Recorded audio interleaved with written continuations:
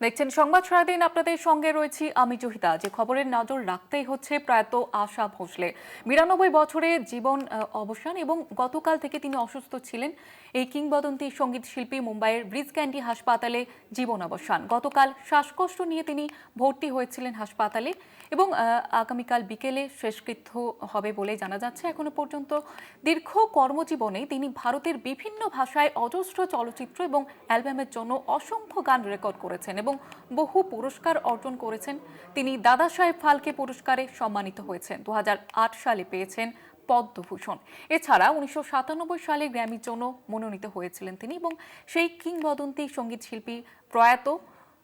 গতকাল রাতেই তিনি অসুস্থ হয়েছিলেন এবং হাসপাতালে ভর্তি ছিলেন। ৯২ বছর বয়সে জীবনাবসান এই কিংবদন্তি সঙ্গীত শিল্পীর।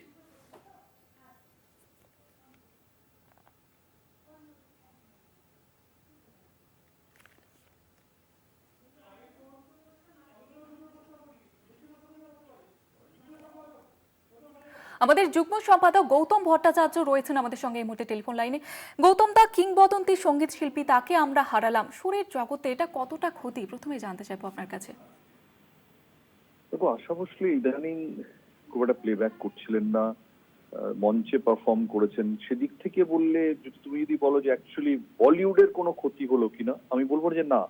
কারণ এই মুহূর্তে তিনি তো প্রায় প্রাক্তনী হয়ে গেছিলেন। কিন্তু আশা ভোসলে এমন একটা সঙ্গীত সাংগীতিক প্রতিষ্ঠান যা ভারতবর্ষে লতা মঙ্গেশকর ছাড়া বোধহয় কারোর সঙ্গে তুলনীয় নন। এত বছর ধরে ধারাবাহিকতা এবং সবসময় চ্যালেঞ্জার হিসেবে থেকে যাওয়া, কখনো চ্যাম্পিয়ন নন, কারণ চ্যাম্পিয়ন ধরে নেওয়া হয়েছে লতা মঙ্গেশকর।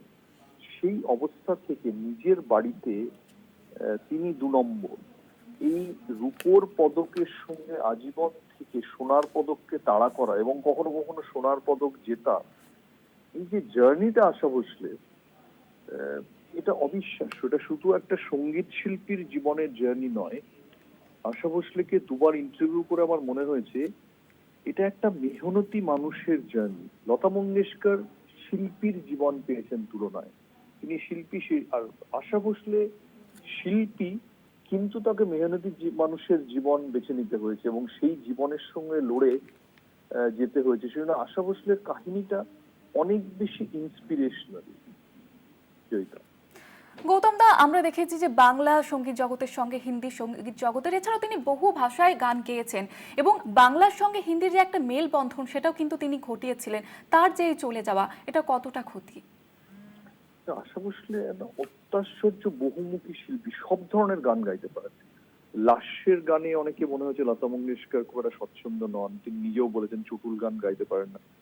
আশা সিরিয়াস গানও গাইতে পারেন, চটুল গানও গাইতে পারেন, বিভিন্ন ভাষায় গান গাইতে পারেন। বাংলা শুনে মনেই হয় না তিনি বাঙালি নন।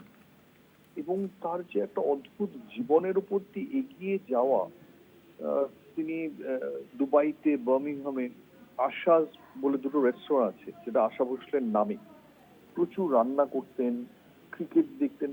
লতা মঙ্গেশকরের জীবনটা হচ্ছে, আমি কিভাবে বোঝাবো, যে অনেকটা একমুখী। লতা মঙ্গেশকর ছবি খুব ভালো তুলতে ভালোবাসতেন, তিনি ক্রিকেট খেলা দেখতে খুব ভালোবাসতেন, এর বাইরে গান, আর বাইরে কিছু নেই। আশা ভোসলে কিন্তু পুরো অনেক বেশি ওয়েল রাউন্ডেড, এবং বারবার করে তাকে শুনতে হচ্ছে যে তুমি দুই, তুমি যাই করো না কেন তুমি দুই। অনেক রেকর্ডিং স্টুডিওতে তাকে গাওয়াতে নিয়ে যাওয়া হয়েছে, যে রেকর্ডিং স্টুডিওতে গিয়ে তিনি আবিষ্কার করেছেন ঢোকার মুখে যে দিদির চটিটা বাইরে রয়েছে। অর্থাৎ তার মানে দিদিকে দিয়ে ওই গানটা অলরেডি গাইয়ে দেওয়া হচ্ছে, আবার তিনি ওখান থেকে ফেরত এসেছেন। এত প্রত্যাখ্যানের সঙ্গে লড়াই করা, এবং আমার এক এক সময় দেখে মনে হয়েছে যে উনি একটা স্পোর্টসম্যানের মতো মাইন্ডসেট। কখনো কখনো মনে হয়েছে রুক্ষতা খুব বেশি, তাই যে প্রতিদ্বন্দ্বীকে একদম থেতলে দিয়ে চলে যাব। অনেক শিল্পীকে দেখে সেটা মনে হয়নি।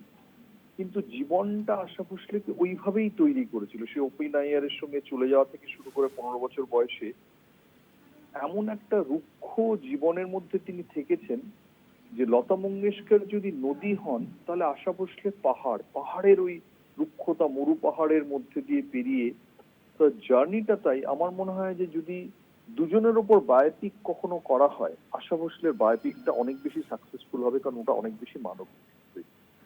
গৌতম দা, আপনি নিজেও তার সাক্ষাৎকার নিয়েছেন, কি স্মৃতি মনে পড়ছে? স্মৃতি মনে পড়ছে এটাই যে লতা মঙ্গেশকরকে ইন্টারভিউ করার সময় বারবার করে লতা বলছি এই একটাই কারণে যে দুটো নাম একদম মানে হাইফেনেটেড একসঙ্গে, এই নাম দুটোকে আলাদা করা খুব ডিফিকাল্ট। যে একই বাড়িতে ওরা থাকতেন বা থাকেন প্রভুকুঞ্জে, কোনোদিন একসঙ্গে রেওয়াজ করেননি। এটা ভাবা যায় যে একই বাড়িতে বিরাট কোহলি আর রোহিত শর্মা থাকেন অথচ তারা কোনোদিন একসঙ্গে নেট প্র্যাকটিস করেননি। একই বাড়িতে গাভাস্কর কপিল দেব থাকেন, তারা একসঙ্গে কখনো করেন। কিন্তু এটাই সত্যি। এবং আমার ইন্টারভিউ নিতে গিয়ে আশা ভোসলে কে যখন আমি জিজ্ঞেস করি যে আপনি এই যে কনস্ট্যান্টলি 2 নম্বর হয়ে থাকা, এই লাইফটা কিরকম, তখন আশা ভোসলে কতগুলো সাম্প্রতিক সময়ের কিছু বিভিন্ন তার কাজের কিছু নজির তুলে দেন এবং বলেন দিদি তো এখন কাজ করছে না, আর আপনি আমার এই প্রশ্নগুলো করছেন। আপনার তো অ্যাকচুয়ালি আমাকে জিজ্ঞেস করা উচিত যে ফির কেয়া হুয়া, এবং ওই লেখাটার হেডিং ওটাই ছিল ইন্টারভিউয়ের, ফির কেয়া হুয়া মানে তারপর কি ঘটলো, অর্থাৎ তারপর কিন্তু সোনাটা আমিই জিতলাম। তো এই যে ট্রেমেন্ডাস একটা অ্যাগ্রেসিভ মাইন্ডসেট, এবং 85 বছর বয়সে 86 বছর বয়সে মেয়ে মারা গেছে বর্ষা ভোসলে, বর্ষা ভোসলে মারা যাওয়ার পর তিনি কলকাতায় এসেছেন, কাঁদছেন বর্ষার জন্য, বলছেন বর্ষা আমার জন্য উপরে অপেক্ষায় আছে, আবার কঠিন হয়ে যাচ্ছেন তার প্রফেশনাল দৌড়ে। এত কড়াকু যদি কোনো শব্দ ব্যবহার করতে হয়, আমি এই শব্দটাই ব্যবহার করি আশা ভোসলের জন্য, যে একই সঙ্গে এত সাংগীতিক আবার একই সঙ্গে এত কড়াকু, একটা যোদ্ধার মতো কড়া মন, এই দুটো মেশানোটা আমি আশা ভোসলে ছাড়া কারোর মধ্যে কখনো দেখিনি, কোনো শিল্পীর মধ্যে দেখিনি। জয়িতা। ধন্যবাদ জানাবো আপনাকে। আমাদের সঙ্গে টেলিফোন লাইনে ছিলেন আমাদের যুগ্ম সম্পাদক গৌতম ভট্টাচার্য। প্রয়াত আশা ভোসলে কিংবদন্তি সঙ্গীত শিল্পী, গতকাল রাতেই তিনি অসুস্থ হয়েছিলেন। শ্বাসকষ্টজনিত অসুস্থতার কারণে তাকে ভর্তি করা হয়েছিল মুম্বাইয়ের ব্রিজগ্যান। 92 বছর বয়সে জীবনাবসান এই কিংবদন্তি সঙ্গীত শিল্পীর। এক স্বর্ণযুগের অবসান। হিন্দি, বাংলা সহ একাধিক ভাষায় তিনি গান উপহার দিয়ে গিয়েছেন। গতকাল শ্বাসকষ্ট নিয়ে ভর্তি হয়েছিলেন হাসপাতালে এবং তারপরেই তার প্রয়াণের খবর।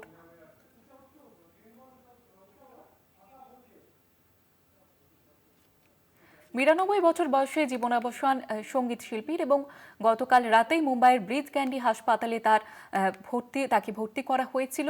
শ্বাসকষ্টজনিত অসুস্থতার কারণে তাকে ভর্তি করা হয়েছিল হাসপাতালে, এবং যেমনটা জানা যাচ্ছে যে আগামীকাল বিকেলে শেষকৃত্য সম্পন্ন হবে এই শিল্পীর। দীর্ঘ কর্মজীবনে তিনি ভারতের বিভিন্ন ভাষায় অজস্র চলচ্চিত্র এবং অ্যালবামের সঙ্গে অসংখ্য কাজ করেছেন, বহু পুরস্কার অর্জন করেছেন। তিনি দাদা সাহেব ফালকে পুরস্কারে সম্মানিত হয়েছেন। এছাড়াও 2008 সালে পেয়েছেন পদ্মভূষণ। এছাড়া 1997 সালের গ্র্যামির জন্য মনোনীত হয়েছিলেন তিনি। তার একাধিক জনপ্রিয় গান রয়েছে এবং তিনি শুধুমাত্র হিন্দি নয়, বাংলা, হিন্দি এছাড়াও একাধিক ভাষায় তিনি গান গেয়েছেন। এই বিষয়ে তার ছেলে কি জানাচ্ছেন আপনাদের শোনাবো।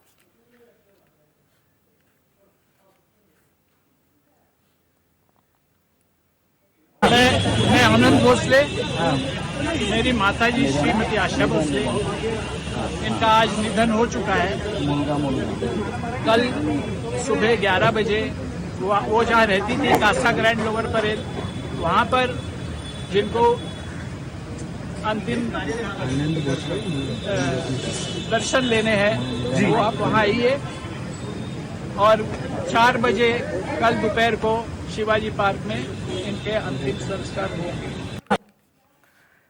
সুরের জগতে নক্ষত্র পতন। প্রয়াত আশা ভোসলে গতকাল তিনি অসুস্থতার কারণে তাকে ভর্তি করা হয়েছিল মুম্বাইয়ের ব্রিজ ক্যান্ডি হাসপাতালে। সেখানে শেষ নিঃশ্বাস ত্যাগ করেন এই কিংবদন্তি সঙ্গীত শিল্পী।